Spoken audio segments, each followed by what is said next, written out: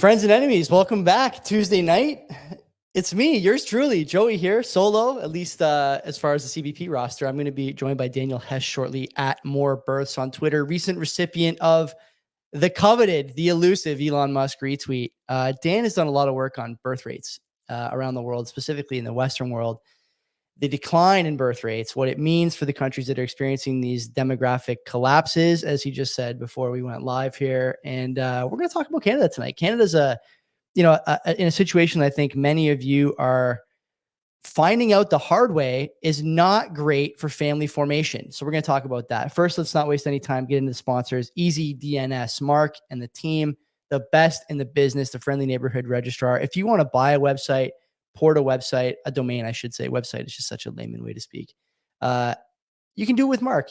It's cheap. It's easy. Mark will help you do that. Once you have the website, the domain registered, pointing somewhere for your business, for your blog, for pictures of your feet, I don't know, whatever you want. Mark will help you set up a number of other options there, a suite of available services, specifically for Bitcoiners. Virtual private server stuff is a favorite. A lot of you guys using it for Nostr relays, Bitcoin nodes, virtual private servers, also good for BTC Pay server implementations, nodeless implementations. Can't beat it. That's, one of the things that we try and do on the show, as you guys know, is work with people and partner with people and companies who are true to the Bitcoin mission, and we'll make sure that you are not only taken care of, but getting the highest quality service, product, whatever. And we think Mark does that. So go over. CBP Media is the code. You get half off your first round of buys with Mark. I guarantee once you start, you're not going to go anywhere else. No one does. Second sponsor, Bull Bitcoin. Again, best in class when it comes to Bitcoin exchanges, places to buy Bitcoin, use Bitcoin in Canada, probably the world, but Canada for sure. You can go there and buy on the cheap, great spreads. You guys know all this already. Non-custodial, no fear of rugging. Can't beat that. Not only do you have all those things, but the bills platform there means you can spend your Bitcoin on things like your mortgage, things like your cell phone bill. Maybe if it was up to Dan, things like diapers and baby formula. I don't know. We're going to find out. You can do all that stuff about Bitcoin. Use the code. I think it's CBP Media there too, but I don't know. It's in the description. Go there, sign up, start buying. The price is just over 60K. We are so resilient in price over the last month or two. With rate cuts around the corner, you really can't beat where I think this thing is going, and I think you guys think it's going there too. That's not financial advice, just something floating around in my brain. Anyway, go there, sign up, spend some money, get $20. You can't beat that. And then the third sponsor, Decentral Tech. New BitAxe firmware dropped today. I just saw Scott tweeting about it. So if you've been having problems with your BitAxe firmware, go update. Don't forget. As far as the company, Decentral, they got all your mining needs taken care of. Whether you want to do a little home mining that your wife's not going to be mad about, whether you want to do some home mining that your wife's for sure going to be mad about, whether you want to do some home mining at a level where your neighbors will be concerned and be calling bylaw, or whether you want to do some home mining at a level where your garage is no longer for cars, but rather for hashing. These guys will help you. If you got a board that needs repair, you want to pick something up, you want to do a little hobby mining, whatever, they're the best in class yet again.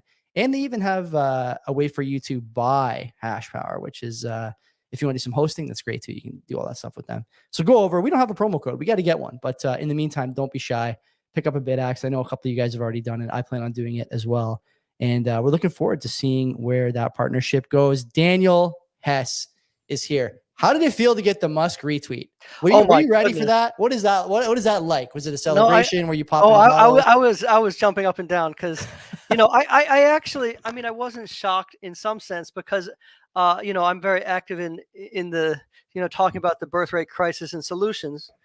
And this is something that Elon Musk is very, very serious about. So in that sense, but still, it's awesome. I got it happened twice actually. First it was for something that was just talking about some data about the crisis, and another was a long essay that I wrote about why liberals need to care about the fertility crisis. And the first one got more than 50 million views, which is a huge amount. So that was pretty exciting, but it reminded me that this is a very, very, very serious topic.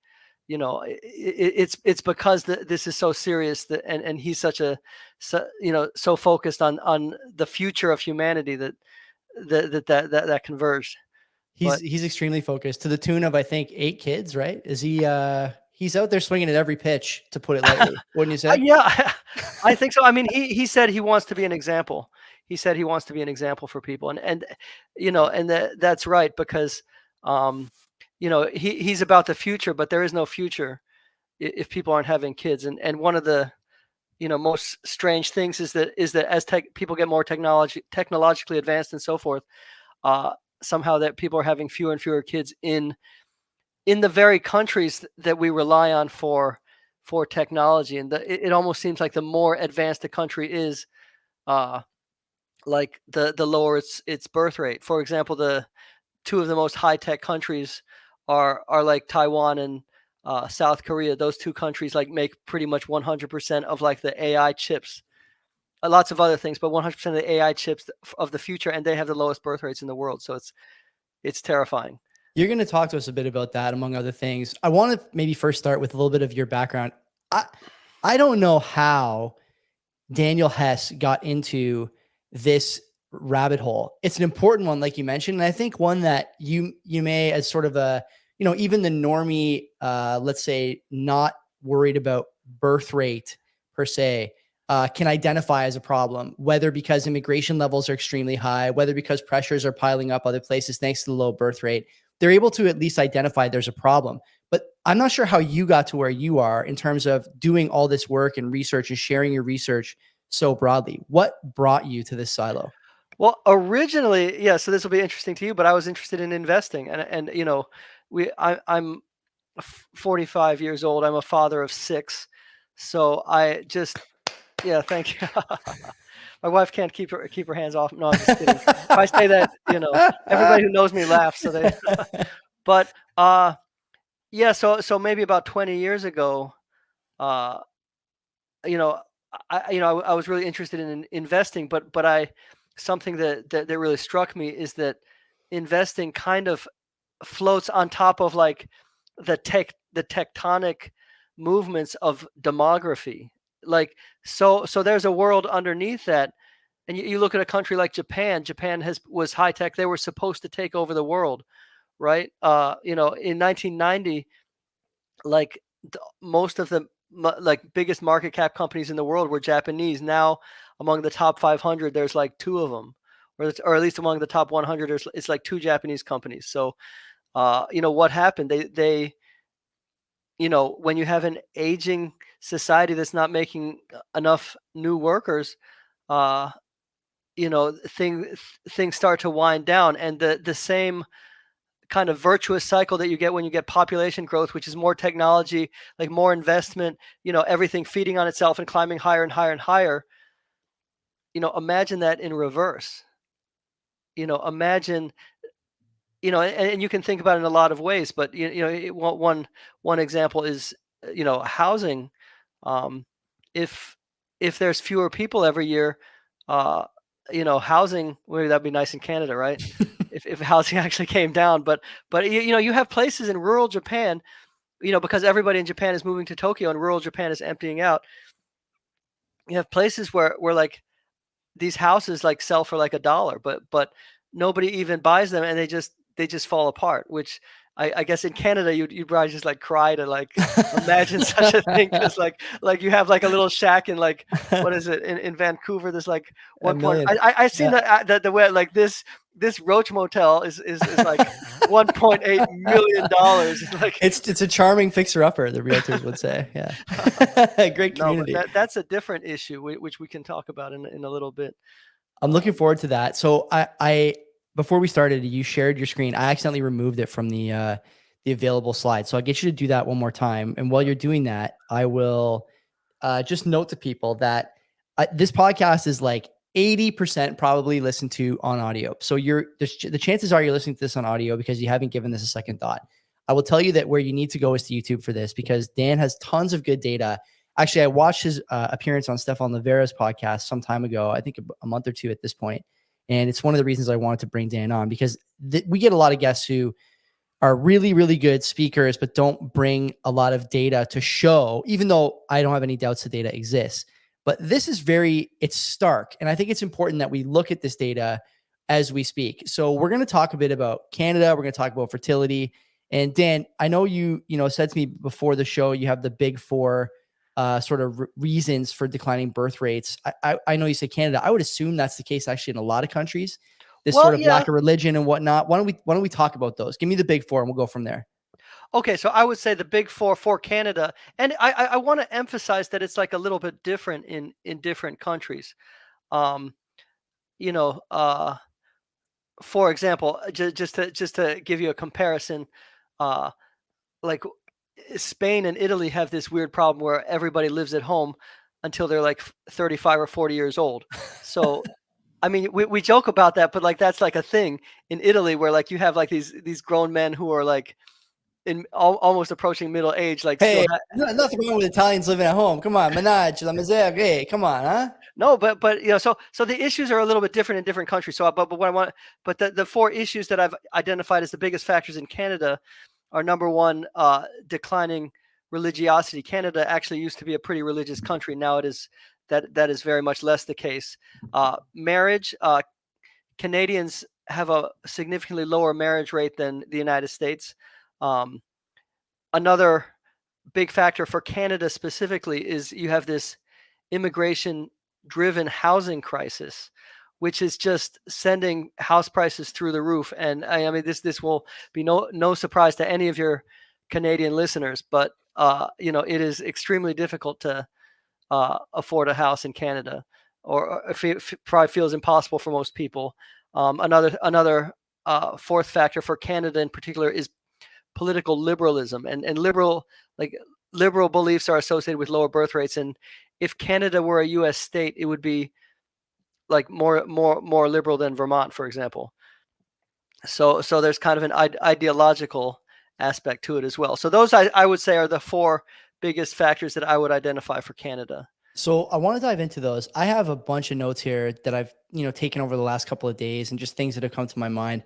I'm 36. I've been with my wife for, I don't know, 12 years at this point. We have our first kid on the way. So I'm working on, yeah, big congratulations. I'm working on Hess numbers. Okay. But I'm not quite there All yet. right. Okay. Good. And, No, don't stop. So I'm thinking to myself over the last few days, what contributed to the situation I'm in at 36? My wife just turned 35 a few days ago, having our first kid now.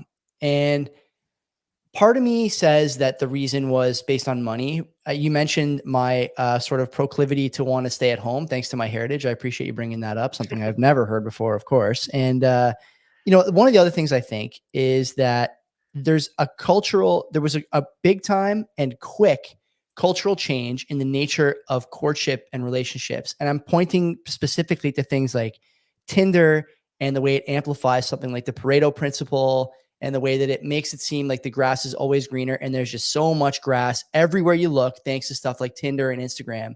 And I didn't hear you mention that. I think maybe that falls under liberal sort of I mores, don't but you know. tell me. That is, I didn't mention that because I was trying to identify things particular to Canada, Right. and I don't know that Canada is particularly different in that regard. But it's a problem everywhere, and a lot of it, um, there's several causes. People wait much longer to commit because they think they have infinite options. Mhm. So that's part of it. There's the fact that people set their standards extremely high, or they think that they are everything in a bag of chips, right? And so everybody thinks that they're a 10. They're all a bunch of fives thinking that they're tens. I mean, am I right? You're I don't right. know. Listen, I I actually, think this you're is a spot little on. bit before, these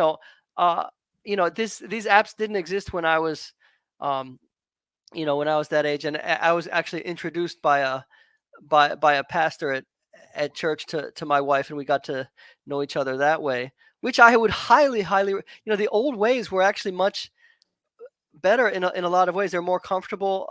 You also had kind of social verification that this person is not a weirdo, or not just that, but that they're serious, because you could have somebody who's some guy who's been with 20 women in the last year, and each one he can tell her that she's the one, Yes. and and she doesn't know otherwise.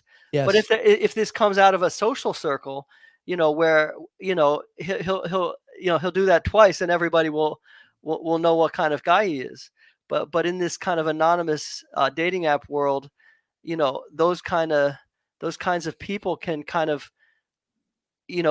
pull tricks on women without ever getting identified for not being a serious person, or vice versa. I think that's true. I also would I would add to that there is a certain social proof that comes with going into a a situation with your friends, or as you did, being introduced by a mutual friend. And when you go through something like that and meet someone like that and get to know someone like that, there's a certain level of investment that you've undertaken in order to grow that relationship. And I think it sort of speaks to this phrase, this old adage that the grass is actually greener where you water it, as opposed to Oh going up wow, oh differences, wow, right? that's a great Yeah, and so great I line. think that a lot of Great line. people, I met my wife the old-fashioned way too, even though I was sort of raised in the app era. It's funny, looking at or hearing some of the things you say.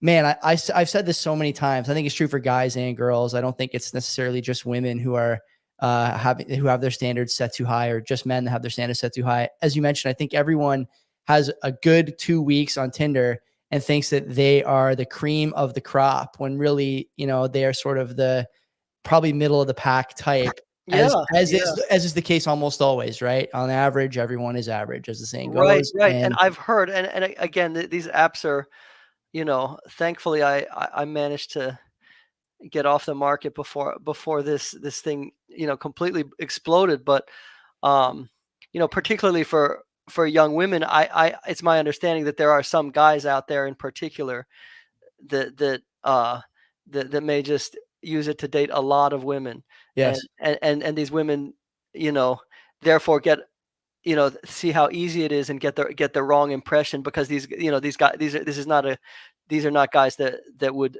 settle down and marry these women, but they get a very different impression. yeah, they there's some I'm not even gonna say it on the air because probably it'll rub some people the wrong way, which is something I've done fairly frequently, but on this topic, a little more dicey. Let's get into Canada. You have a chart up here: total fertility rate, children per woman. We are under the replacement rate, which is 2.1. My Oh, understanding is we are yes. way under the replacement rate. Is that So, correct? Canada, okay, I have bad news. I'm sorry to say, I have very Okay. bad news. I mean, Canada is like in the lowest of low countries. I mean, you hear about like a country like Japan. Okay, so Canada is the red line on this chart. You can see it compared to the United States. So that's a really kind of a good comparison. And uh, Canada's recent numbers for 2023 was 1.25 births per woman. So replacement is around 2.1. So what we're talking about is Canada is barely a little more than half of replacement. So it's, so by natural, childbearing, each generation would be almost a little more than half the size of the one before it, which is, and here you can see it against the United States. Canada used to be, for the first half of the 20th century and for a lot of its history, it used to be a very, very fertile country where women had a lot of children, more than the United States even during the first half of the 20th century. And then it kind of tracked with the United States until like around 1980.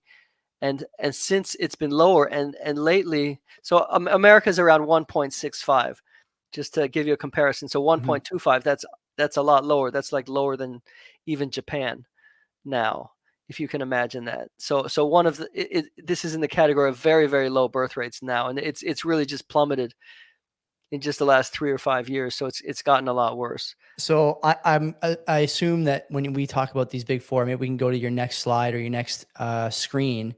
I think that you're going to tell me that the reason for this sort of, well, I mean, it's not even sort of, the rather steep decline in fertility really is based on housing to begin with, probably also waiting too long to start families and not being able to have more than one kid, thanks to the cost of housing, thanks to the need to sort of settle down and have two incomes, for example, or move for work, or sort of begin and flourish in your career in a way that makes it make sense to have kids. It's frustrating to me to see stuff like this, because I know that here in Canada, we've done some things in terms of subsidy and incentive stuff, the baby bonus, for example. A lot of people talk about that. Oh yeah, so that's an interesting point, which is that actually, um, Canada is way more generous than the United States, for example. Yeah. The United States has like already now 0.4 births per woman more than Canada, so way higher. Even Mhm. though I saw one thing with Canada is like the fourth best country to raise a child in terms of like sort of the benefits you get, free childcare and stuff like Dan that. threw up the air quotes there. I was about to do the same thing, so I'm glad he did it. You know, Yeah. but no, it's not. You know, obviously the cost of living in terms of housing especially is a very which I'm going to get to, but the a bigger point is that culture, you know, is a way bigger factor than policy. In other words, uh, whether people go to church on Sunday uh, is going to have a much bigger impact on their birth rate than than any childcare incentives. So here we see a picture of weekly religious attendance in Canada over time. It's been just dropping steadily. Canada used to be, as I said, a very religious country. Actually, I I don't know how much young people realize that in Canada, but so I'll show something else. Compare that. We can see. Um, so so here I'll just share Sure. another chart here. This is while you're pulling that up, it's interesting. When I think about my own upbringing and all my friends' upbringings, we met and I would say courted, especially as we got into our teen years, a lot of other women who are friends of families that we all went to church with. I mean, I was raised Roman Catholic. I went to church every Saturday or Sunday for basically my whole life until I went to university, which if I had to guess, if I had to sort of pin down your line of thinking here, university is really the time where you want to be going to church the most or continue going to church, maybe when it's the most consequential to continue attending religious ceremonies, because that's when you're starting to enter your years of potential family formation vis-a-vis Oh picking yeah. a So long-term partner, right? that's a great point. I had another thing that I don't know if you can see it I or see it. Yeah. Sorry. I'm kind of okay, like here we go. daydreaming here, looking Oh no, no around. problem, no problem. It's all good. But yeah, you can see this relates to the other chart, which is that we saw that religious attendance is dropping, but the frequency this is looking I think at uh, fertility preferences. I think for women, uh, and the more often the higher church attendance is associated with much higher desired fertility. So women Yeah. who attend church uh, are more likely to have a lot more children. And the reason there's a lot of reasons. One is that, you just have this community that is much more family centric. People who go to church are actually uh, a lot happier. There's this crisis ever since COVID, or maybe before that, um, of young people being like unbelievably depressed, and like it blows my mind if you see the statistics where like a quarter of high school students like contemplated suicide or something like that. Wow. It's just this it's a very sad, and you're not even like me, you're not even one of the kids these days anymore. I mean, No. there's a younger generation coming up. It's not the millennials are actually not the young. There's generation Z, and then there's a generation Alpha after that.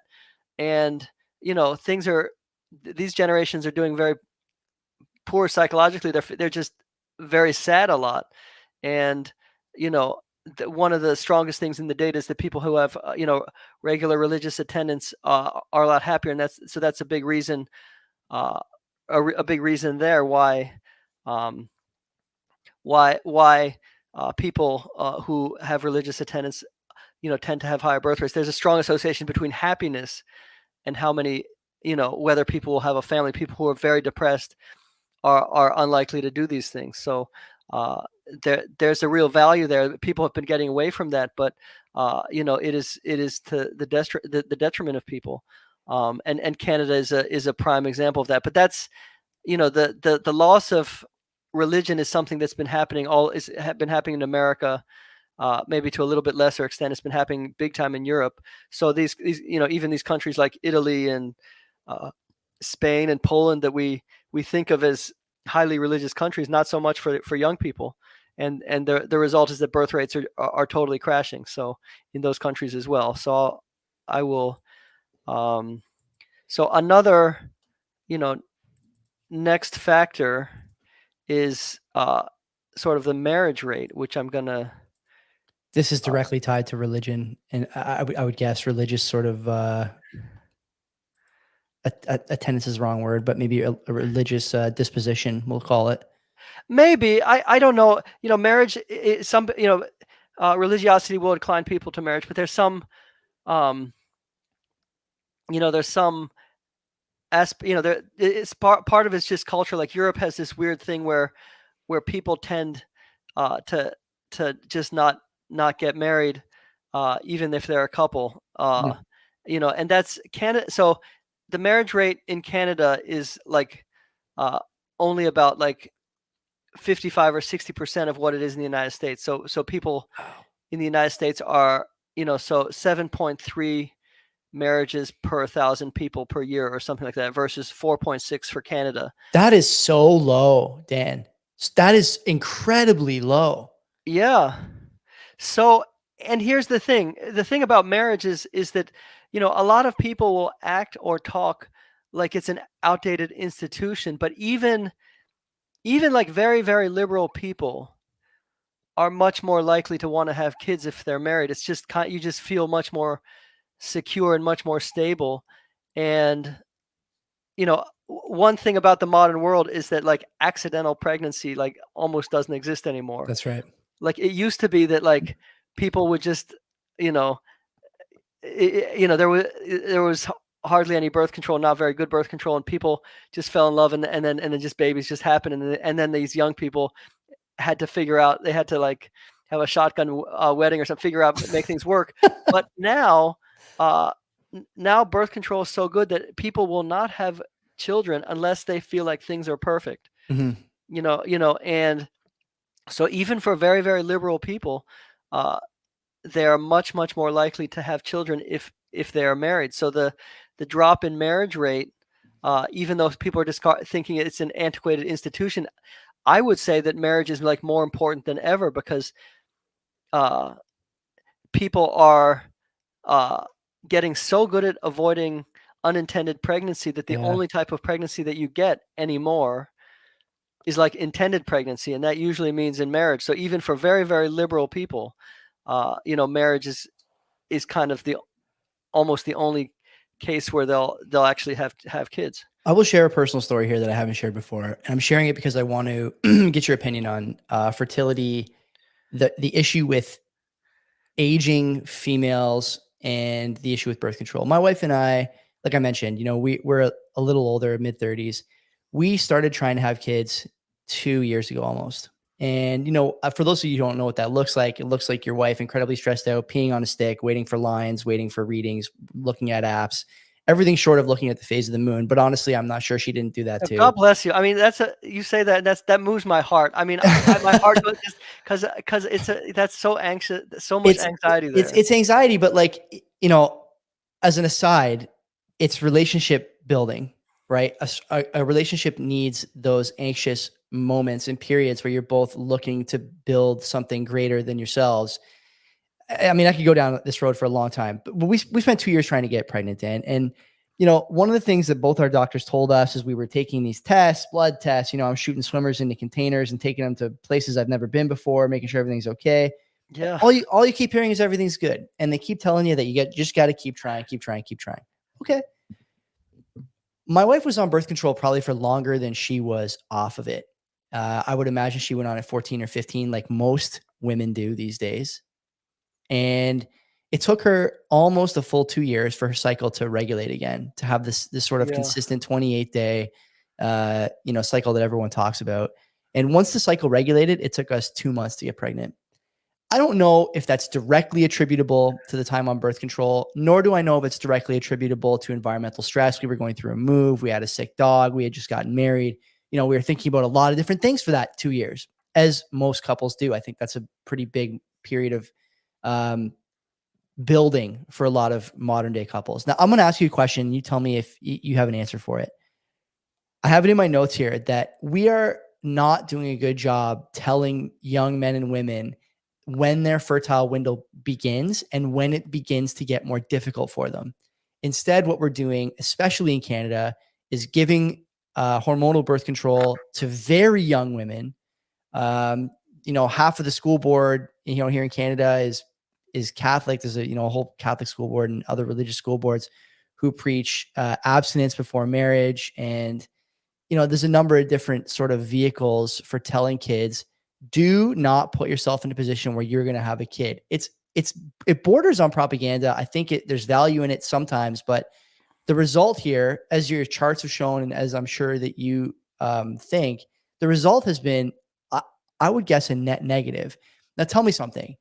In your research and in your travels, let's say, have you given any thought to when and what we should be telling kids about fertility?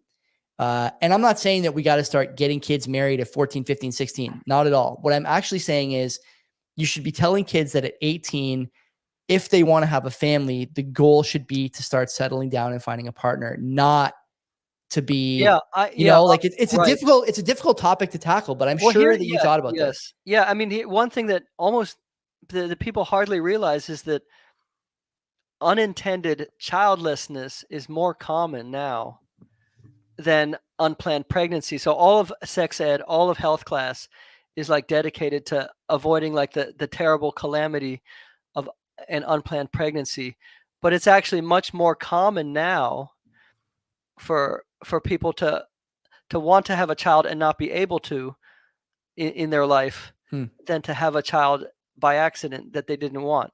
So actually, everything has been focused on avoiding pregnancy when the opposite problem now is actually much bigger. So I think young people need to be educated, very clearly in high school health class about the fertility window, about about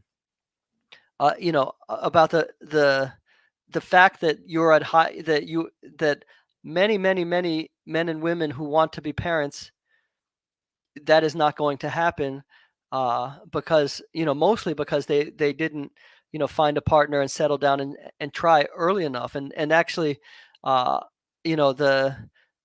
time to be meeting somebody and settling down and starting to have a family is actually best in the 20s. Fertility is far higher in the 20s than in the 30s. I mean, I can share a personal anecdote myself. I mean, we our oldest is 17, our youngest is 2, so we have a big spread there. But when my wife was 24 and I was 26, when we were newly married, it was so easy. I mean, it was like 1 month. And then the next one, we're going to wait a little while. Nope. No, I guess we're not going to wait a little while. And then, so like the first 3 were like in 4 years, and it was really easy. And then, for our last one, I think we were trying for 3 years. That's like 36 months or something. Yeah. And this is the same people that had been like insanely fertile, just, a decade earlier. We were like borderline infertile, like as we were near 40. Yeah. So that just goes to show that, time and age, especially age of the woman, but age of men and women both, is a huge factor that young people need to be educated on. That'll make a huge difference. I'm glad to hear you say that. I think it's so important. And, I've said to kids I've coached over the years that finding a good woman and finding a good place to live and finding a good, a good balance to build a relationship is huge. One thing I've said on the show before, I think that, you mentioned that people are staying at home later. I'd be curious to hear what you think about this. In my view, there's been sort of an uptick in people staying home for the wrong reasons. They can't afford to move out. They can't find jobs. The education they got is completely worthless. Underwater basket weaving for $60K a year in some US colleges. Oh, geez, yeah. Yeah. Crazy. Right. And one of the other sort of viewpoints I have, the thing I think is becoming more common, is good parents, boomer parents, will have their kids stay home longer, basically friction free, very little rent, if anything, tons of freedom, a meal every night, a roof over their head. And, all the beer in the fridge is yours if you want it. And I think they do this for a few reasons. They want to have a say in the 3 most important decisions in their kid's life: where they live, where they work, and who they end up marrying. Is that a good thing or a bad thing for fertility in your view? Have you given that any thought? This idea that kids stay home and they get influenced by their parents, is that just another filter that they have to get through? Is that dragging things out? What do you make of that? I mean, in the data, and there's a great demographer, Lyman Stone, who's done, some good work on it.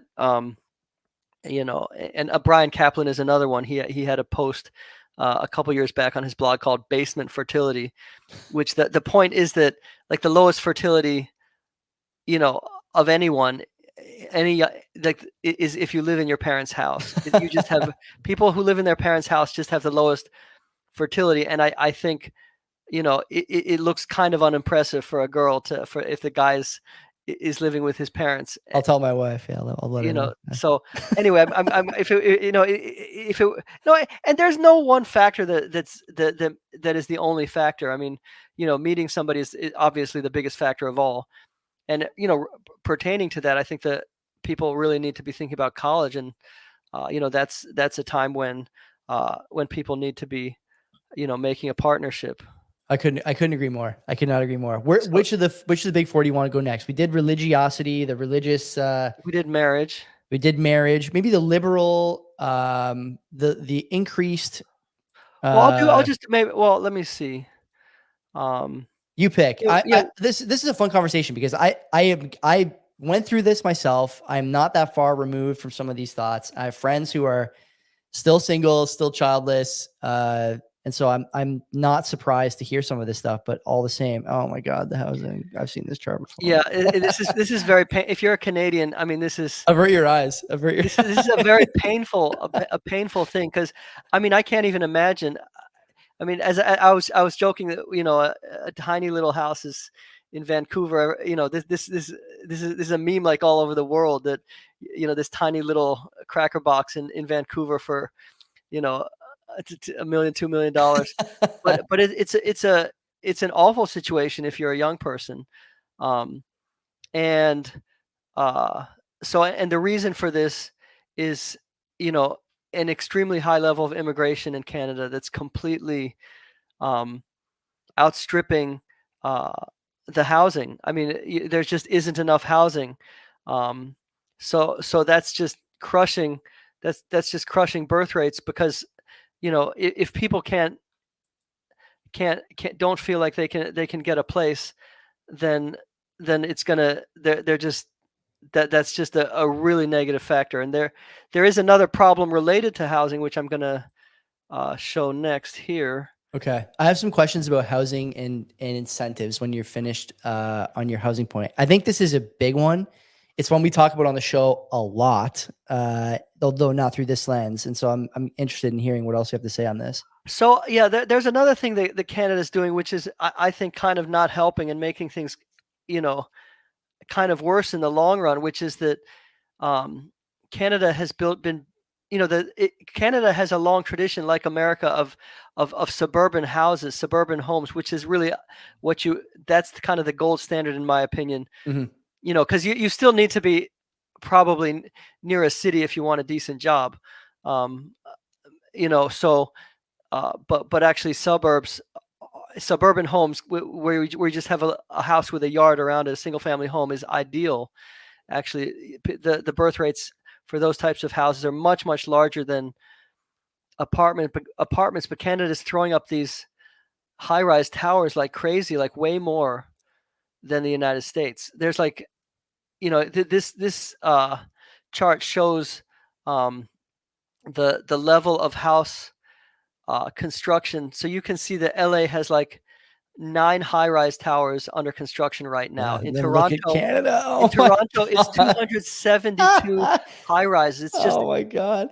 And the problem, I've written about this quite a bit, and I've kind of built a reputation on Twitter for being, vehemently anti high-rise apartment. That is the comment on Lavera's show that made me reach out to you because I could not agree more. Please continue, sir. Yes. So, and I live in the Washington D.C. area, and I'm lucky enough to live in a single family home, although they're harder to come by in the DC area now. But I went to Bethesda and downtown Bethesda, downtown Rockville. If people know, those are kind of close in inner ring suburbs. They're kind of sought after zip codes. And I was looking around that at a bunch of new high rise towers that had been built like in the last 4, 5, 6 years, and everything in there was 0 bedrooms, like a studio, 1 bedroom, or at most 2 bedrooms. And there were among four buildings that I visited, I was acting like I was a customer or something. And among 4 buildings that I visited, not a single one, I acted like I needed a 3-bedroom apartment. Wow. And not one of them had a single 3-bedroom unit in the whole building. So they're just built. I mean, I don't know how it is in Canada, but in the United States, these apartment towers are only like for singles and couples, and not at all for families. Because look, if you have, say you have a 2-bedroom apartment, and you have 1 child and you want to have another one, and if they're opposite sex, then like you're legally like not allowed to put them in the same bedroom. So you like this is like an impossible situation. So it's, and if you look at the data, you look at like these East Asian cities that are like a sea of like high-rise apartment towers. These places have the fertility rates of like 0.7 or 0.6 in places like Seoul or Shanghai or Beijing, or these places where everybody lives in an apartment tower. So this is a very these apartment towers are very bad for fertility, and they're going to be around for 50, 60 years or more, driving down fertility for such a long time. So this is unfortunately a very negative thing to be doing. And so this is another factor that's probably, they have this immigration driven housing crisis because there's not enough, and instead of building family type houses that they need, they're throwing up high rises to try to solve the problem quickly, just get people in something. But it's very bad for families for a lot of reasons. So let's talk about some of the reasons. In my head here, I can think of a few right away. One is they're just too small, like you mentioned, to have a family start up in a 1-bedroom apartment. It's not feasible. The second is, this is sort of a second order effect, but you tell me if you think I'm right or wrong on this. In Toronto, it takes an hour to drive anywhere minimum, which includes to the office. So you are up earlier to go to work, home later, and I would guess interested in your partner a little less, thanks to just the added fatigue and time spent on the commute. That's another cause. Part of me also thinks that, there's something to this idea that animals don't breed in captivity. And I don't think anybody wants to live, sort of your soul hungers for more than a 1-bedroom studio apartment type thing. And it affects your mood, sexual desires, and maybe just also your biological fertility. What do you think is really driving the fertility down in these places? What is the correlation in your view between number of high rises and fertility rate? Yeah, I think there's several factors. I mean, one of them is if kids are, and you're about to experience this, so but kids are very noisy and very, if you had to like share a wall on all 4 sides with other people, and you have a screaming toddler, like you're going to feel really, really bad about this situation. I mean, they're going to hate, your neighbors are going to be really pissed at you, and you're going to feel like terrible all the time because you're screaming toddler. But all toddlers are like this. And so I think actually it feels very bad to like be in this situation where, and who's, if you think who's going to have like 3, 4, 5, 6 kids in an apartment. Nobody will do that because Yeah. your neighbors will, by that time your neighbors will actually murder you. No, I mean, I'm joking, but it's very, I mean, the data shows that very few people have very few children in high rise, and I think that's a big reason. It's just it just feels very uncomfortable. I mean, family is a very private activity, and a lot of that privacy is because kids are really noisy, and you need to kind of create a space where they won't a place with a yard, so you can just have like a sound barrier. This is clearly the case. And I want to press this idea of, incentives around family formation. Because like, as I mentioned earlier, and you said it too, Canada is extremely generous with parents. You get this baby bonus. There's all kind of tax breaks for you. We just introduced like $10 a day childcare. I don't know really if that's a legit thing or if it's just something that's campaigning or on the campaign trail for the Liberals. But I'm I curious do if want you to say think. that is these are good things. I don't want to disparage Yeah, but that. are we incentivizing the right thing, Dan? Like the thing I have in my notes here, and these are just like, sort of flow of consciousness over the last few days, but shouldn't we be incentivizing new married couples trying to buy single family homes? Isn't that the thing we should be giving money to? Not, we're going to put you in a shoebox. If you manage to pop out a kid, we'll give you $300 or $400 every month until they're 18. It seems to me like they're putting the cart before the horse a little bit. And it's something that I think about a lot because we talk about economic incentives often on the show. And I think that we're always subsidizing the wrong step in the process. And this is another example in my view. Do you agree? Where do you think about that?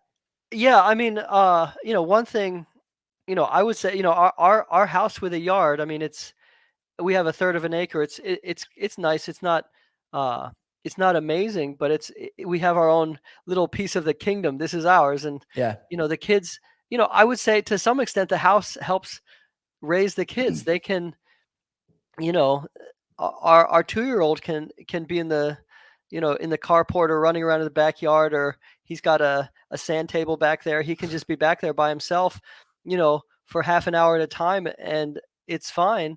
And or the 5-year-old can be doing whatever she wants to do, and we're within earshot, but we don't have to do anything. Mhm. It's that this is there's this aspect.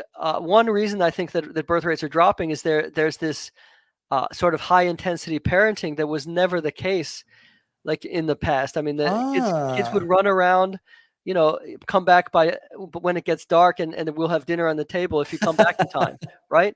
Now parents have travel teams, 100 different activities, but especially and I getting back to here, these apartment buildings, you know you don't even have a yard to play in, so it's probably 10 times harder to be a parent because you have to constantly be taking the kids place and doing 100 different activities when somebody with a house and a yard can just let the kids It's a great point. run around and play. Spoken like a man with experience. I would have never said that. I would have never written that down. So yeah, I think, and I think the other point that you're making, that you made about just density, there is something just about crowds. There was uh an experiment done in the 1960s. It was done like 5 miles from where I am right now. Over at one of the, I don't know if it was NIH or a similar thing, but they did this mouse. They called it Mouse Utopia, and they gave all the mice all the food they needed and everything that they needed, food and water and little compartments to live in, but they were very crowded. Hmm. And like the mice developed all sorts of like mental illnesses, and they were like all depressed and like sad, and they had like all sorts of like social problems, like very kind of similar to what people have today. Yeah. And so it really does seem like when crowding gets too much, people don't they don't thrive as well. So we seem to just need to spread out a little bit. It's it's interesting to think about some of these things from the point of view of, someone in my shoes who's expecting to have a child in the next 3 months or 2 months, whenever my wife's due. I should know that. Thankfully, she doesn't watch the show. It's November 16th or 18th, one of those days. Um, and to hear from your point of view, something like the difficulty with raising a kid when you can't do any activities in your home and have to go somewhere all the time. Not only does that become time consuming, but it's, sort of part and parcel with this rising cost of living we're seeing everywhere. If everything you do has a dollar figure associated with it, as opposed to just a square footage figure associated with it, Oh yeah, you're I you're mean, in a world of hurt. yeah, one the lowest birth rate country in the entire world is South Korea, and South Korea is like known for like this insanely intense parenting where kids have like these after school programs one after the other, like from like 4 p.m. until like midnight or something. So they're like hyper competitive, but the result is that it's so miserable for the kids, and it's so miserable for the parents. You get this kind of over parenting thing, which is a real problem. I mean, Mhm. if you make it, and this is kind of almost like self-imposed, so people actually have to kind of make a conscious decision to kind of step off the parenting rat race a little bit. One of the worst things that something that I am like morally deeply opposed to is travel teams. And my good friend Tim Carney, who's an author here and a journalist here in the Washington area, he wrote a whole book where he started his book about talking about the scourge of travel teams, which I don't know if that's a big thing in Canada, but in the United States, people will. It was huge when I was a kid. I was playing high level basketball up until I turned 18. I was somewhere every single weekend, multiple nights in the gym every week. Yeah, my brother, same thing. Yeah, well, Huge time consumed. in the United States, I don't. You can have people traveling like 3, 4, 5 states away, or Oh my God. My daughter is doing swimming. She qualified for a meet in Florida. We're in Maryland, and I just talked to my wife and said, we agreed we're not doing travel teams, and this is, so so that because it's just such a burden on parents, and it's so expensive, and it's so exhausting, and that's it's not necessary. I mean, she goes to plenty of meets in our area, and that's she's not going to be in the Olympics. Yeah, if Ledecky can do it in your area, then she can do it in your area too, right? It's like the well, standard. No, she is no Katie Ledecky, who I think she just brought home 4 more medals for, that's amazing. But most kids they're just supposed to be doing it for fun. They're not future Olympians, and this. So parents have to kind of step back and make their own lives easier, and not, think that their lives have to revolve around their kids to the point where their own lives are miserable. That's not the point of it. Yeah, it sort of flies in the face of some other comments I hear from time to time. In Bitcoin, there's a huge chunk of the Bitcoin faithful who talk about family formation being the most important thing. And I don't know, what priority it deserves in the life of a 20-year-old or an 18-year-old, 19-year-old, whatever. But I know in the life of a 25 or 30-year-old, it should take a high priority. I'm wondering if you have a view on sort of I don't want to call the would-be or yet to be parents selfish, but is there something to that story that you hear sometimes, that parents just don't want the, inconvenience of a kid, the burden of a kid, because they're so accustomed to their lifestyle? I mean, you see on Instagram these dank videos of parents who are, I think, faking their satisfaction, going to yet another craft brewery and paying yet another $8 for a beer that's just a bit too hoppy, but you have to pretend to like it for the likes on social media. Is there something to that, or is that just a symptom of all these other things you're talking about? Yeah, I mean, there is. I mean, and that gets to why I think is one reason why I think urban fertility is like so low. Because I was in Tokyo with my family in September of last year, so 11 months ago, and it's weird that all the young people all over Japan are all flocking to Tokyo, and they keep, which Tokyo has the lowest fertility in all of Japan, but like Tokyo has so many restaurants. You could eat at a different restaurant basically every night for your whole life. I mean, can you imagine that? No. So, and I don't know, eventually, you've had enough noodles of every kind, but or whatever, and enough of the Japanese style lunch boxes. I don't think they're all like that insanely different, but this that is a problem. This kind of kind of adult entertainments, and I'm not talking about like strip shows or something, but just like restaurants and dance clubs and stuff like that are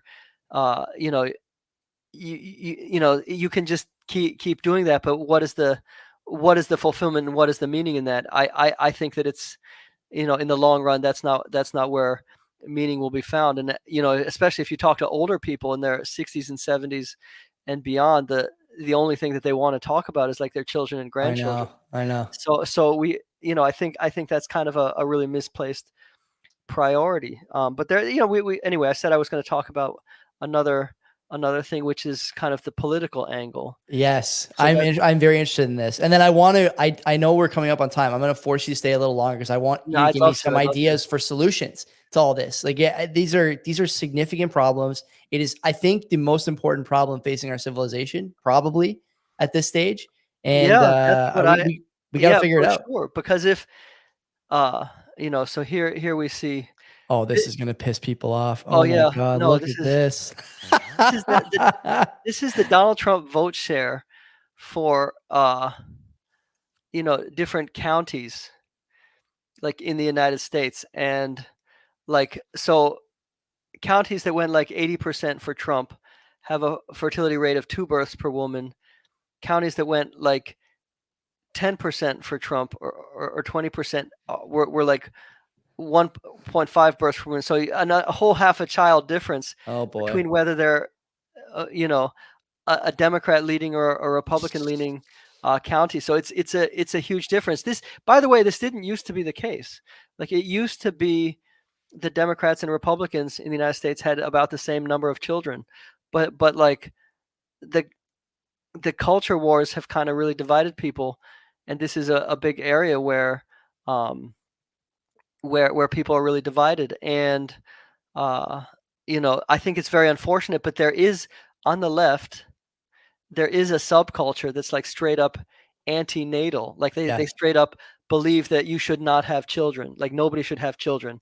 Like and like people don't really sort of realize like the extent of it unless you look at internet subcultures. But like there's an anti-natal group, a subreddit that has 250,000 members.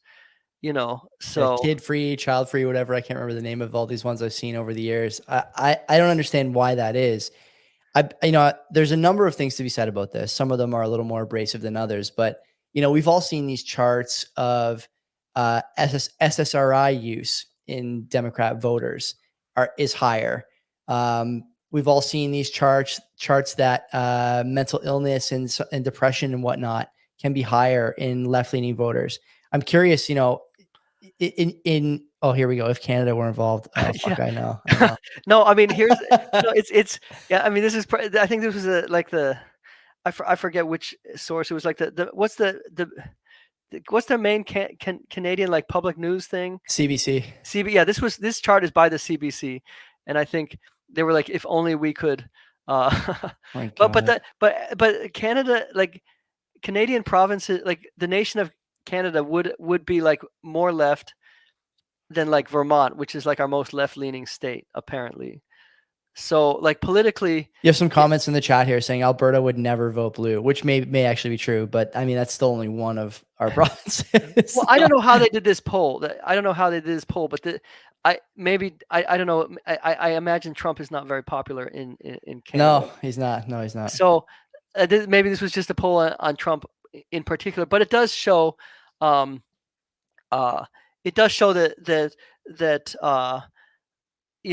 in general, Canada's left-wing politics are part of the issue.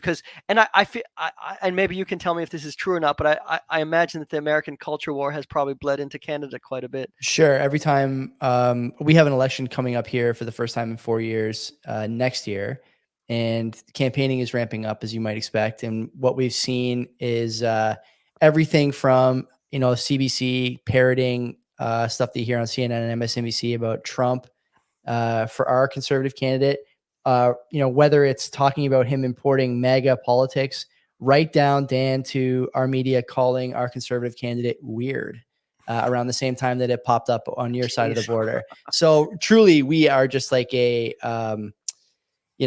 what is that? We are a tofu to your culture. We just absorb whatever you guys are doing, and the flavor is very much the same. It's got to feel like very unfair. It just feels dumb, honestly. I think most voters are immune. But because the issues that Canada faces are different, like these insane housing prices, that's a Canadian issue. Yeah.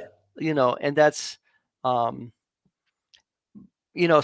anyway, we want to talk about some solutions, right? How do we fix it? Yeah. What can we do? I mean, I said some stuff about incentives, but yeah, I mean, the first thing you can do, which I try to do, and which we should all try to do, is kind of talk about the problem, because I think people want to do the right thing, and people, in the same way, kind of, and I'm not going to say whether this was good or not. People will have very strong differing opinions, but like, with COVID, everybody was eager to lock down and pitch in and wear masks, and who would have thought, like before COVID lockdowns began, that everybody would be, staying in their house and just wearing a mask and all the time and A stuff like lot that. of people, whether you agreed with it after 2 years or not, or 5 years or not, in that first 2 weeks, almost everybody agreed. Yeah. Yeah, and people were, people want to do the right thing, and actually the thing that's gonna really make the world better in the future is to have kids. That's what the world needs. And so so part of it is just the first thing to do is just to talk about it, to just, help people realize that there's a crisis here, because believe it or not, a lot of people choose not to have kids or have fewer than they would otherwise have, just because they think that the moral thing is like to have less kids. They Don't think that get me that's started. I know. no, but that we hear so much about overpopulation and the environment and stuff, that when actually the pendulum has swung far in the other direction to far too few. But uh you know people are only starting to realize that, and so just talking about that point uh can make all the difference. Because also, if you're married and you have a house, honestly, there's no work. Two is the same as three or four. I mean, the big thing, really, no, I'm serious. So, the big thing is to find somebody, get married, get a house. Now you've done all those things, you know, getting a bigger box of Cheerios at the grocery store is no big deal. It doesn't make any difference at that point. Your life is already wrecked. No, I'm just kidding. Listen, I've seen a couple of my friends who have 3 kids, and that third one basically raises themselves. Like there's already 2 other ones Oh, running this is the around most doing the bulk of awesome the thing work. ever. Is that actually, I think the hardest would be one child, because then the parents have to like play with them all the time. Yeah. But 2 kids can like play with each other, and and it's great. And when you have older kids and younger kids, the older ones can really help. And I hope my kids aren't, don't get too frustrated or resentful that, but it's a wonderful, and this is how people did it, that like all through history. Yeah. Is that, older siblings helped with the younger ones, and they learned, and it's intergenerational too, because kids learn how to be parents. Yeah. My older, we've got 4 kind of more older ones, that are 17 to 12, and then we've got a 5-year-old and a 2-year-old. So the older 4, like, they already know how to be parents. Mhm. They already know what to do, and it'll be easy for them when, but most, typically, you may have, families might be like 2 kids like 1 year apart, or two kids like 2 years apart, and then neither of them has had the experience of like taking care of a little kid or taking care of a baby. So, like, unless you have a bigger family, kids don't learn that. So, but I think that I think that a big part of the solution is just shifting, to larger families, because so many people will have no kids now, because they'll never meet somebody, they'll never move out of their parents' basement, they'll never, very sad, but they'll never, they won't get to that point in time before their window runs out. So, like, if a third or more of people don't have children, then the remainder have to have like 3 or more just to balance things out. So that's one thing. Another thing, which we kind of touched upon before, is kind of religiosity. And I think, religious people, do tend to be, a lot happier,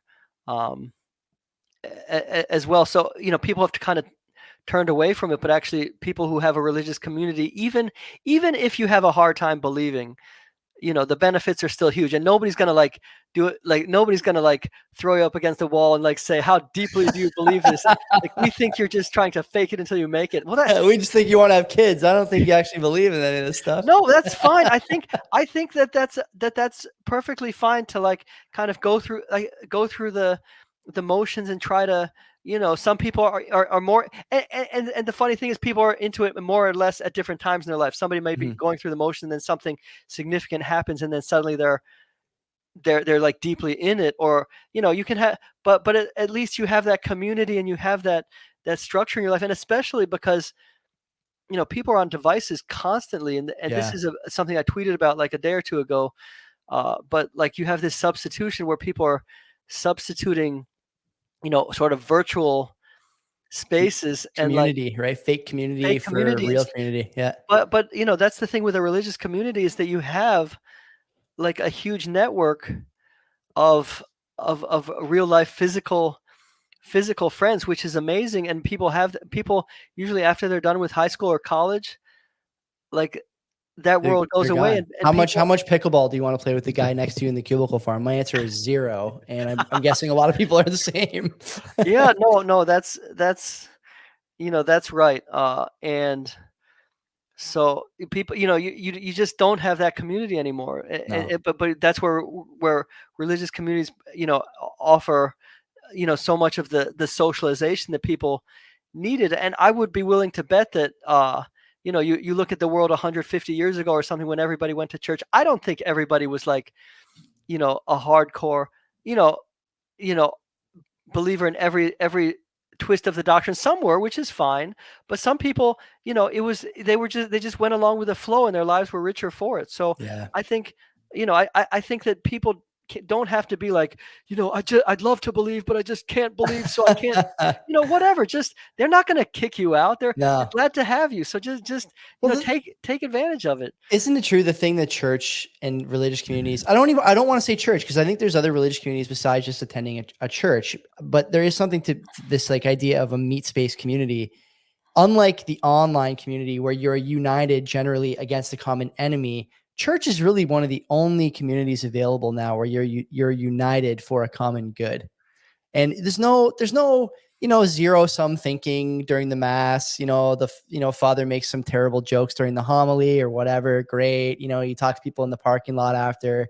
You share a scone with Ethel. She's made her famous scones again this Sunday, whatever.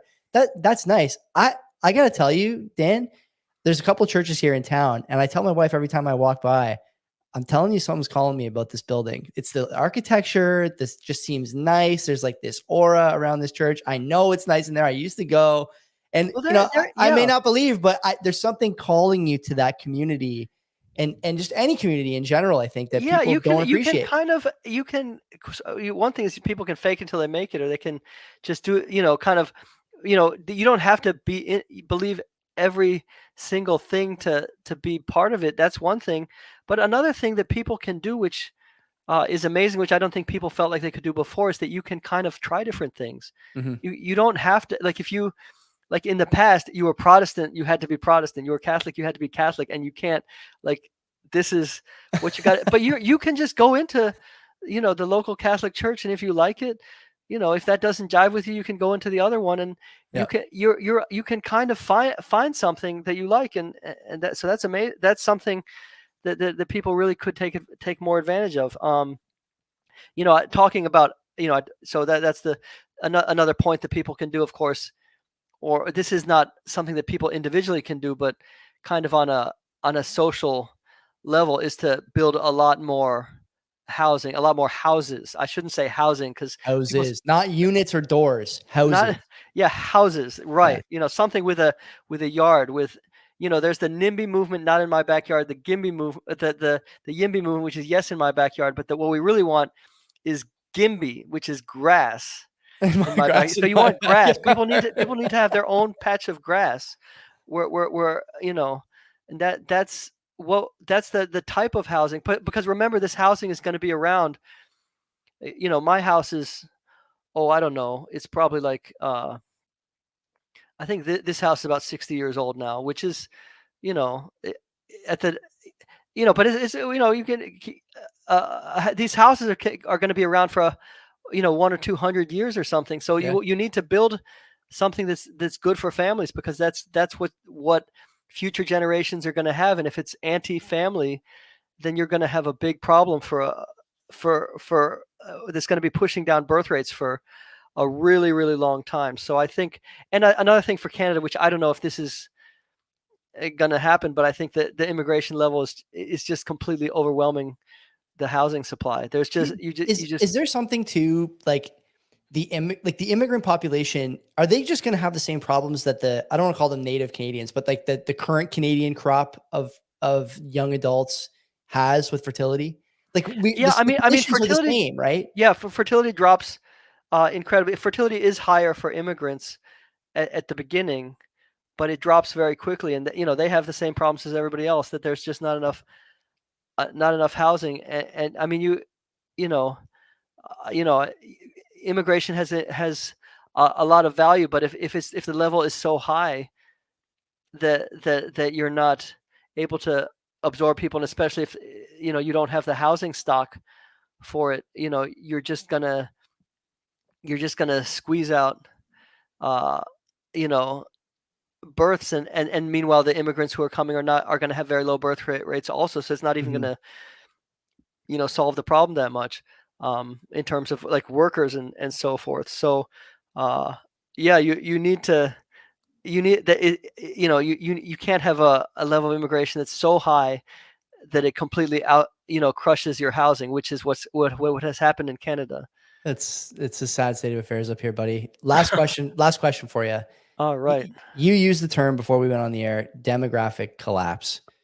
Are we in a situation here in Canada, in your opinion, that is basically irreconcilable at this point? Or do we have to start doing these things now, regardless of where we are? Because if we don't, then it's for sure a doom loop that we're not Well, going well, to get out of. Canada is not going to like depopulate, and Canada is actually gaining people from a very, very high level of immigration. But Mhm. it's um, the that's right. Canada, there may be some brain drain of other countries, but it's really very hard for young Canadians to make it in that kind of you know cutthroat competition to try to get a house, and that's um, so I just don't think that's sustainable. Meanwhile, there are other countries like I think Canada has taken a bunch of Ukrainian immigrants. Yeah. For example, you look at the nation of Ukraine, like they have just a total,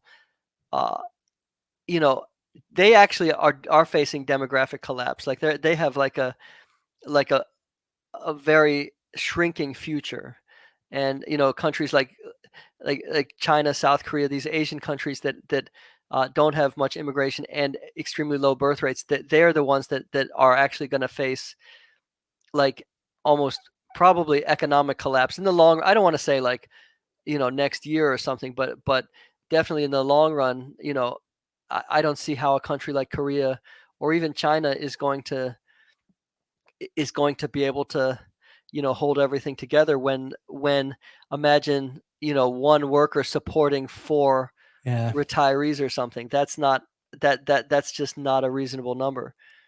So Well, on that cheery note, oh, well, it's going to be a difficult problem, but everybody should try to make themselves into an expert on this and try to just internalize that this is the problem that we face. And Elon Musk has said you know that this is a bigger crisis than the environment. And that'll be offensive to a lot of people to say, because nothing can be a bigger crisis than the environment. But the environment, if the temperature goes up by something, it's not gonna break down economic systems and so forth. But we have to look at also at a global scale, because you know as I was saying, the countries that make all the chips, which is Korea and Taiwan, those places are in total collapse.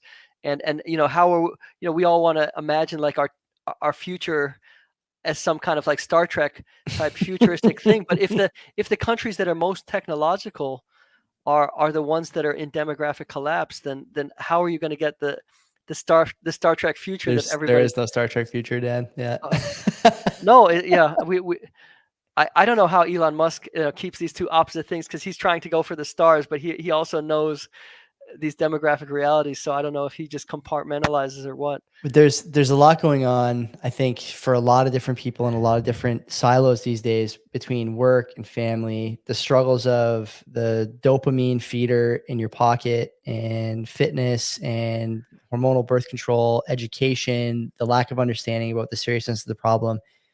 Dan, you've been a great guest. I'm glad we set this up. I want you to tell people where they can find out more about you, your work, more births. The floor is all yours. Yes. So yeah, more births on Twitter. It's a very simple handle.